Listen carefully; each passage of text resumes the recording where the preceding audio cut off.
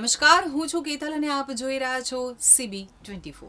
ઈરાને Israel ઉપર ballistic missile છોડી છે, જેમાં દરેકમાં 20 ક્લસ્ટર બોમ્બ હતા. અમેરિકા, ઇઝરાયલ અને ઈરાન યુદ્ધનો આજે 7મો દિવસ છે. ઈરાને ઇઝરાયલ ઉપર ઘણી બેલિસ્ટિક મિસાઇલો છોડી છે. આ મિસાઇલોમાં ક્લસ્ટર બોમ્બ લાગેલા હતા. ઇઝરાયલી સેના મુજબ જ્યારે આવી મિસાઇલ જમીન તરફ આવે છે ત્યારે તેનું વોરહેડ હવામાં જ ખુલી જાય છે અને લગભગ 20 નાના બોમ્બ અલગ અલગ જગ્યાએ પડી જાય છે.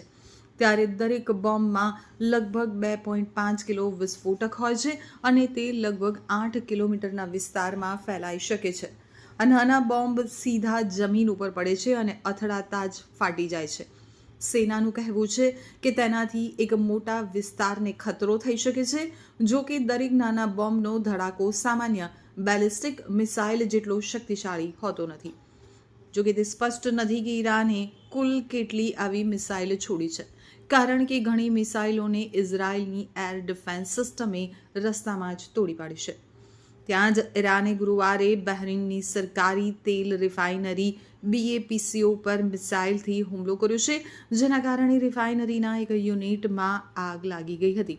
જોકે બાદમાં આગ ઉપર કાબૂ મેળવી લેવાયો હતો. બહરીનના રાષ્ટ્રીય સંચાર કેન્દ્ર અનુસાર BAPCO એનર્જીસ આ રિફાઇનરી દેશના પૂર્વીય કિનારે આવેલા સિત્રા દ્વીપમાં છે. તે રાજધાની મનામાની દક્ષિણમાં આવેલું છે. તો ટ્રમ્પે ગુરુવારે NBCને આપેલા ઇન્ટરવ્યૂમાં જણાવ્યું છે કે હાલમાં અમેરિકા ઈરાન ઉપર જમીની હુમલો નહીં કરે. આવું કરવું સમયનો બગાડ હશે. જોકે તેમણે એમ પણ કહ્યું કે અમેરિકા ઈરાન ઉપર હુમલા ચાલુ રાખશે. ઈરાન યુદ્ધમાં અત્યાર સુધીમાં લગભગ 4.35 લાખ કરોડ રૂપિયાના નુકસાનનો અંદાજ છે.